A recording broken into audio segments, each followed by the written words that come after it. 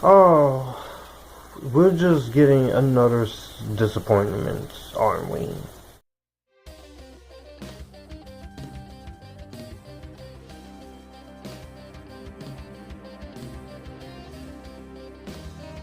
What's going on, everyone? Welcome back to the channel. If you're a returning member or a new member, this is Joshua Drake. Welcome to Epictastic Joshua, and this is going to be my thoughts on the Alto Knights. This is directed by Barry Levinson and written by Nicholas Pileggi. From the hit makers of Bugsy, The Irishman, and Goodfellas.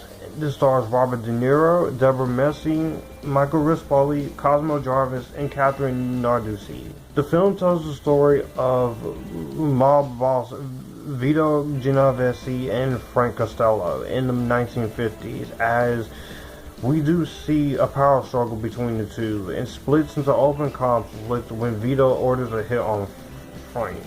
So Frank has to protect himself and his family from Vito while also planning to retire from the mafia. I am a big fan of mafia movies and gangster movies. Some of my favorite movies I do like can be some gangster movies. I love Goodfellas, I like the Godfather trilogy, Emmett Irwin, American Gangster, Scarface. There's also some other great ones like Casino and such, and I am a sucker for this genre. And recently, in the past few years, we had Irishman, and I like movies like this. And I was interested to see it because of one reason. It was Robert De Niro in this, and Robert De Niro was playing two parts. I saw the trailer, I actually kind of liked, and Barry Levinson, I haven't seen everything that he's done, but I really am a fan of stuff like Dope Sick, which he co-executive produced. Rain Man, I think, is fantastic. I just recently watched that for the first time. And I also liked movies like Young Sherlock Holmes and Good Morning Vietnam. And Disclosure's alright, which is why it hurts me to say this is a big disappointment here, and not a very strong movie in this ever-going genre of crime films. I'll get into some of the few things I like. I really am counting on the cinematography here and the acting to get me through this movie, because I will say, from a filmmaking standpoint, for $45 million, the movie looks well spent. Dante Spinotti is an accomplished Italian cinematographer. He does some great movies like The Insider, The Last of the Mohicans, LA Confidential, even Red Dragon. So he knows how to make some visually appealing films. His cinematography is great, and I think that's one of the better things in this movie that actually works. I will also say I like the music in this movie. David Fleming's music is not score. It's not some of the best music you'll ever listen to in a movie like this, but I will say some of the music I think is actually pretty competent. And I will say, in terms of the performances, I think they're great. Robert De Niro, he is 81 years old, and the guy still acts his ass off. And I think he does a very good job here at playing the dual parts here. Debra Messing, a beautiful, talented, red-headed actress. I like seeing her in this movie. She was fantastic. Cosmo Jarvis, Catherine Narducci, and Michael Rispoli.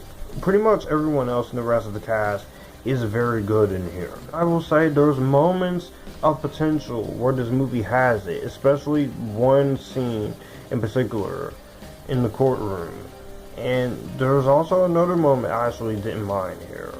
So that's all I have for positives, because beyond that, the final result, this is a rather kind of mismatched and dull film that didn't really stick the landing for me. This is 123 minutes, 2 hours and 3 minutes, and you would think for a runtime like that, despite it being a little long, it would keep it interesting all the way through. Well, aside from those two moments I just mentioned that were standout moments, there's really not much going on in this conflict in this movie, and unfortunately. And that's one of the biggest disappointments when you're watching this movie, because with two different crime bosses, you would think there would be a lot more going on here and a lot more at play. But unfortunately, there's not a lot here that's going on here.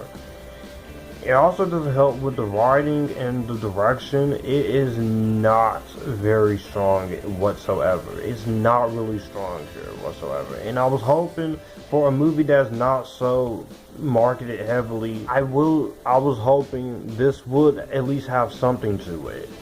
But for the entire length of this movie, I'm sitting here saying, I can see why this movie is not being pushed well. I can see why this movie is not being talked about as much right now. There are some gangster moments I actually think are very good in this movie, but there are very few and far between, which is the biggest unfortunate tragedy watching this movie.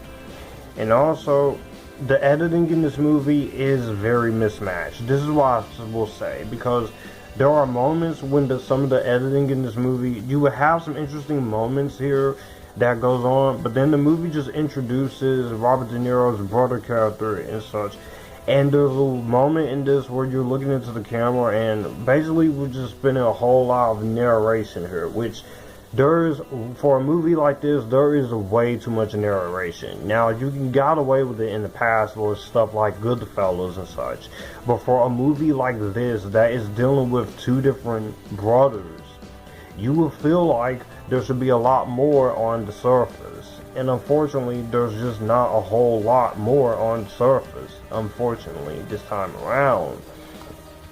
It also doesn't help that I think the directing is kind of serviceable. And this is Barry Levinson we talk about. He doesn't always have the best movies out there, but for the ones I've seen, I have enjoyed. But it feels like he kind of just was falling asleep at the wheel this time around. And it's kind of unfortunate when you're watching this, because you're watching it and I'm like, what's really going on here? And it doesn't really pander out 100% into what is really going on here. So that's unfortunate when it comes to this movie, that I have to kind of say that in this.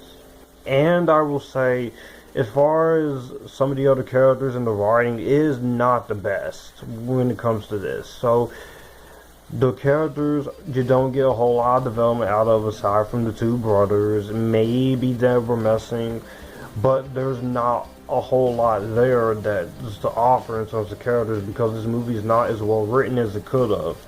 This is nowhere near on the level of Gotti or something, which I have not seen Gotti, but I've heard pretty terrible things about that movie with John Travolta. But it's just, for a movie like this, you could have done so much more in terms of what this story is actually trying to portray, what you're actually trying to go for. And I just feel like they just sort of faded to black in this one, and that's unfortunate, because I was really looking forward to this, and it's kind of sad that it just ends up disappointing the way it is.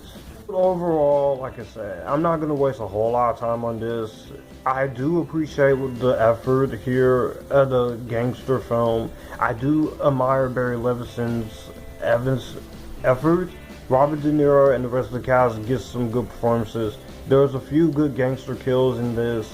There's also some competent cinematography and interesting direction at points, but it really comes to the editing, the writing, and the story, and the characters are not the most well written. I will also appreciate the fact that this is an original film being released this weekend, even though it's not going to do anything. But I do appreciate that original movies like this are still being made, despite the climate of films right now. So, if anything, I have to give the movie credit for that.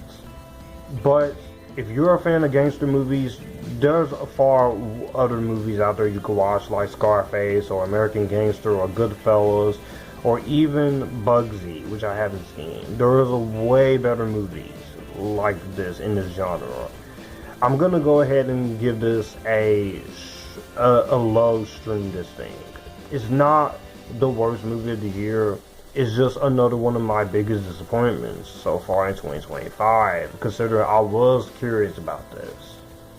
If you want to give it a fair chance, I say go for it, but This is not something you really have to rush out and see unless you're a big fan of Robert De Niro or a big fan of gangster movies. Well, that's going to do it for the video that you just watched. If you want to see more, my channel icon is up here. If you want to see more content from me, all my social medias are right here in this end card. I will also leave a playlist and a video here for you to see what the channel is about. As always, acknowledge me, stay Epictastic, join the Epictasticness, and you guys keep it cool.